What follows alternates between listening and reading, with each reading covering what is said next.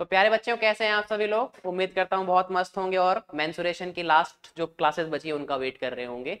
तो मैं भी आप लोगों के लिए बहुत जल्दी जल्दी वीडियोस बनाने की कोशिश कर रहा हूँ कि बच्चे फटाफट से अपना कोर्स पूरा करें, क्योंकि आप सभी जानते हैं कि RIMC की डेट आ चुकी है। और डेट कौन सी थी? 2 दिसंबर थी। इसके ऊपर वीडियोस भी बन चुके हैं।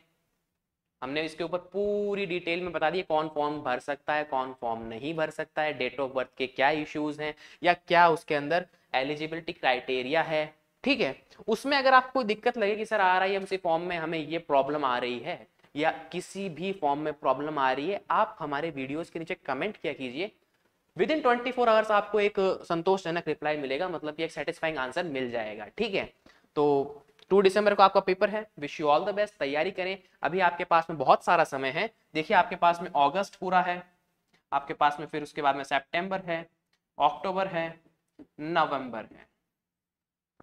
4 मंथ्स हैं आपके पास में। अगर आप थोड़ा बहुत दिवाली का टाइम निकाल भी देते हैं कि सर दिवाली तो एंजॉय करनी बनती है, कुछ छोटे मोटे फंक्शंस और भी एंजॉय करने बनते हैं, तो आपके पास में 100 डेज है। और 100 डेज में एग्जाम क्लियर करना आसान नहीं है। ठीक है, आपको लगा आसान कहूंगा, आसान नहीं है। मेहनत करोगे तो आसान है भैया। ऐसे नहीं है कि आपने 100 दिन का सोचा कि हाँ भाई पढ़ के पूरा कर देंगे। पहले पढ़ो, क्वेश्चंस लगाओ, टेस्ट सीरीज लगाओ, मॉक्स दो। ठीक है। फिर अपनी तैयारी को बार बार रेक्टिफाई करते रहो। इन 4 महीनों में जो बच्चा अच्छे से तैयारी करेगा, अच्छे से मेहनत करेगा, तो वो सेलेक्ट हो जाएगा। सीट्स भी थोड़ी सी बड़ी है आपकी पिछले बार की तुलना में, तो कुछ ना कुछ आप लोगों के लिए है ही। और आपको हमसे कोई हेल्प चाहिए तो भैया नंबर वंबर चलता रहता है नीचे, इस वीडियो के अंदर भी नंबर चल रहा होगा, यहाँ से स्लाइड जा रही होगी, तो उस पर आप कमेंट कर सकते हैं। नॉट ओनली कि सिर्फ आपको कोर्स परचेज करना है, उसकी तरफ जाना है, नहीं नहीं, आप हमसे रेगुलर इंफॉर्मेशन किसी और चीज की भी ले सकते हैं पर्सनली। ओके। तो नेक्स्ट हम बात कर रहे थे मेंसुरेशन के ऊपर। स्फेयर और हेमिस्फेयर फॉर्मूलाज आपको एक बार फिर से रिकॉल करवा देता हूं। स्फेयर का TSA या CSA एक ही चीज होता है, दैट इज 4πr²। वॉल्यूम होता है 4/3πr³। फिर बात करते हैं हेमिस्फेयर यानी मेरा कटोरा। कटोरे का अगर बात करें, CSA होता है 2πr²। और TSA क्या हो जाएगा, एक ऊपर वाला उसमें सर्कल और ऐड हो जाएगा, तो 2πr² plus πr², that means TSA हो जाएगा 3πr²। और वॉल्यूम क्या हो जाएगा, इसका 4/3 होता है तो उसका 2/3। हेमी है ना, आधा है ना, तो बस ये आधा स्टोर करता है उससे। अब देखिए, ये क्वेश्चन हम लास्ट क्लास में कर चुके हैं बहुत ही शानदार तरीके से। अब हम बात कर रहे हैं हमारे थर्ड वन क्वेश्चन के ऊपर। और थर्ड क्वेश्चन क्या कहता है? हर क्वेश्चन अपनी कहानी खुद कहता है, बस पढ़ने वाले की देर है। तो ये कह रहा है अ हेमिस्फेरिकल बॉल, मतलब एक हेमिस्फेरिकल बाउल है। बेसिकली बाउल्स जो होते हैं वो हेमिस्फेरिकल ही होते हैं ऑलमोस्ट। मेड ऑफ ब्रास, ठीक है भाई, ब्रास का बना हुआ है। हैज अ इनर डायमीटर, भाई उसकी इनर डायमीटर है। Find the cost of tin plating it on the inside eight the rate of RS4 पर स्क्वायर 100 सेंटीमीटर स्क्वायर। तो देखो, सुनो मेरी बात को। आपने देखा होगा कि भाई कोई ब्रास का बर्तन बना हुआ है तो उसके अंदर कोटिंग होती है, जिसको बेसिकली अगर हम बोले तो, अगर राजस्थान से बिलोंग करते हो या मारवाड़ी क्षेत्र के हो तो कड़ी बोलते हैं, मनुष्य कहते हैं ना। तांबे बर्तन जो होते हैं ब्रास के, उसके अंदर कली करवाई जाती है, कड़ी करवाते हैं। तो मेनली उसकी कोस्टिंग वगैरह के ऊपर क्वेश्चन है। तो हमें सबसे पहले वो एरिया निकालना होगा और उस एरिया का कोस्ट से मल्टीप्लाई करना होगा। तो निकाल लेते हैं। देखो, डायामीटर आपको दे रखी है, इनर डायामीटर। ठीक है। और आपको जो करवाना है, जो पेंटिंग करवानी है या जो प्लेटिंग करवानी है टिन की, वो इन साइड पे करवानी है। तो मतलब जो ये बाहर वाला पूरा एरिया है ना, CS से निकालना है। कोटिंग कहाँ होगी? बाउल के इनसाइड सरफेस पे होगी, तो CS से निकलेगा या TSA? भाई ऊपर वाले का तो लेना देना ही नहीं है, बाउल है तो ऊपर से तो खाली है। दैट मीन्स क्या निकालना पड़ेगा? CSA फाइंड आउट करना पड़ेगा। तो सबसे पहले CSA को निकाला जाता है। तो बात करेंगे डायामीटर की। डायामीटर है भैया 10.5 सेंटीमीटर। यहां तक की बात क्लियर? तो रेडियस कितनी हो जाएगी? 10.5/2 सेंटीमीटर। ठीक है सर। इसको 2 में क्यों रख रहा हूं? ताकि आप लोगों के लिए कैलकुलेशन में इजी रहे, आप भी इसको ऐसे ही रखिएगा। फिर देखिए क्या कह रहा है, CSA निकालना है, तो CSA का फॉर्मूला क्या होता है? 2πr²। ठीक है सर, वैल्यू रखते हैं इसमें। 2 इंटू 22/7, आर की वैल्यू 10.5/2 इंटू 10.5/, यही होता है। क्लियर है यहां तक की बात? अब देखिए, सबसे पहले इस 2 वाले को खत्म करते हैं। 2 से 2 कैंसिल, इस 2 से यहां पे आ जाएगा 11। ठीक है भैया। आ जाए, कोई दिक्कत नहीं है। अब देखो सुनो, एक बार के लिए इस 10.5 को 105 मान लेते हैं। 105 से जैसे ही तुम करोगे तो तुम्हें पता है 15 7 जा कितना होता है 105, तो इसको 15 लिख लो एक बार के लिए, और यहाँ पे क्या आ जाएगा 1। भाई 7 की टेबल से काटेंगे तो ये 1 और ये 15 आ जाएगा, एक बार के लिए मानना है। फिर देखो पॉइंट कहाँ है, एक नंबर के बाद, तो यहाँ पे भी एक नंबर के बाद पॉइंट लगा दीजिए, दैट मीन्स ये हो जाएगा 1.5। अब देखो नीचे सब खत्म हो गया है, खत्म हो गया मतलब इसको सिर्फ 2 को कैंसिल आउट कर दिया, तो यहाँ पे 1 है, यहाँ पे भी 1 है और यहाँ पे भी 1 है। 1 का मल्टीप्लाई करो या डिवाइड करो कोई इफेक्ट नहीं पड़ता, आप सभी समझदार बच्चे इस बात से अवगत हैं, जानते हैं इस बारे में, आपको पता है। तो इसको लिख लेते हैं, यहाँ 11, यहाँ पे 1.5 था और ये 10.5, तो 11 इंटू 1.5 इंटू 10.5, ये क्या आ गया, ये आपका एरिया आ चुका है। सीए से कितना आया है, सीए से आ गया है आपका 11 इंटू 1.5 इंटू 10.5 सेंटीमीटर स्क्वायर। ठीक है सर, ये आ चुका है। अब बताइए क्या करना है। अब वो क्या कह रहा है, पर 100 सेंटीमीटर स्क्वायर की कॉस्ट कितनी है आपकी, 4 रुपीज है। तो आपको पहले इसमें 100 का डिवाइड लगाना है, फिर आपको क्या करना है, इसको 4 से मल्टीप्लाई करना है। देखो मैं चाहता ना तो पहले अपन इसको मल्टीप्लाई करते, फिर 100 से डिवाइड करते, फिर 4 से मल्टीप्लाई करते। अपन इतना चौंचला क्यों करें, अपन सीधा कैलकुलेशन करेंगे। तो जैसे ही मेरे को कॉस्ट निकालनी है, तो मेरा एरिया कितना है, एरिया का फॉर्मूला है भैया मेरा, या एरिया की वैल्यू आई ये, भाई यही आई, मल्टीप्लाई करके लिखने जरूर थोड़ी है, अपॉन में 100, क्योंकि बात चल रही है 100 की, और 100 सेंटीमीटर स्क्वायर पे मेरे को जो प्राइस मिल रही है, जो पैसा मेरे को देना पड़ रहा है, वो है 4।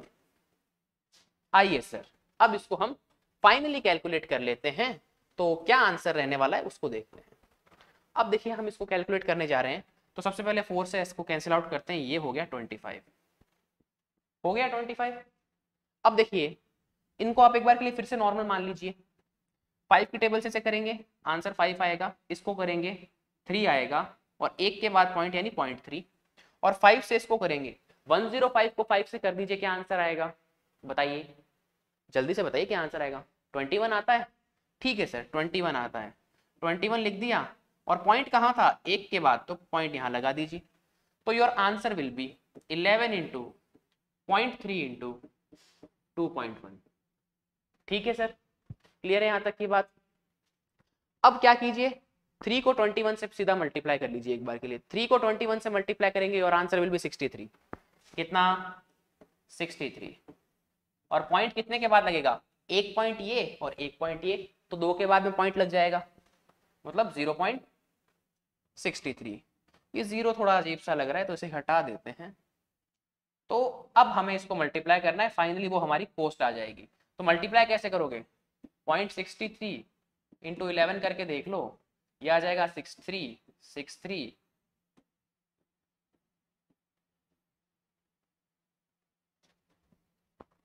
0.693 रुपीज। ठीक है, कितना आ जाएगा 6.93 रुपीज, शायद मैंने 0.693 बोल दिया होगा, तो उसके लिए थोड़ा सा माफी चाहेंगे। तो क्या आएगा 6.93 रुपीज आएगा इसकी कॉस्ट। ठीक है, ऑलमोस्ट। अब आपको लगे कोई इशू है या कुछ ना कुछ गड़बड़ हुई है, तो आप कैलकुलेशन मिस्टेक को बता सकते हैं कि सर यहाँ पे कोई कैलकुलेशन मिस्टेक भी हो रखी होगी, लेकिन आंसर क्या रहने वाला है 6.93 रुपीज। क्लियर है यहाँ तक की बात। 11 को 0.63 से करोगे 6.93, ये आपका रहने वाला है क्या, कॉस्ट रहने वाली है। क्या रहने वाली है, कॉस्ट रहने वाली है।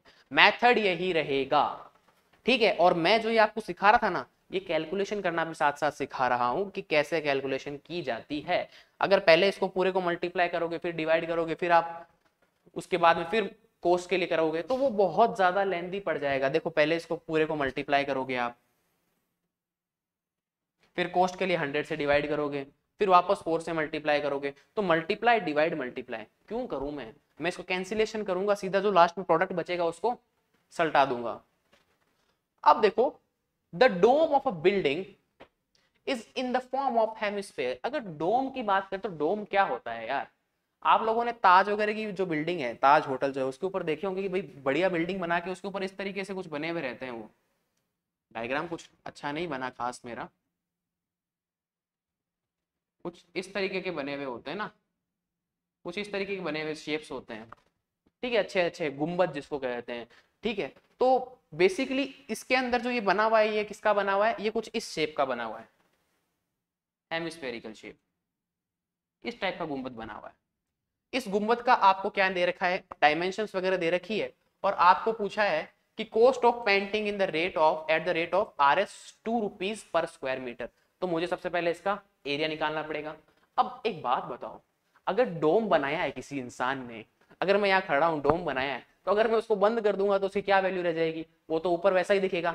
भाई डोम बंद हो जाएगा तो क्या वैल्यू रहेगी, डोम तो होलो होगा, तभी तो उसके अंदर जो पेंटिंग बनाई है या जो भी उसके अंदर अपने काम किया है, नक्काशी जिसको बोलते हैं कि भाई हमने आर्ट एंड क्राफ्ट करवाया है उसके अंदर, वो तभी तो दिखेगा जब इसकी होलो होगा। ये जब भर ही देंगे ऊपर से तो क्या दिखेगा। तो यहाँ पे निकालना क्या है, CSA, क्या निकालना है, CSA, ठीक है सर। और CSA निकाल के कोस से मल्टीप्लाई कर देना है।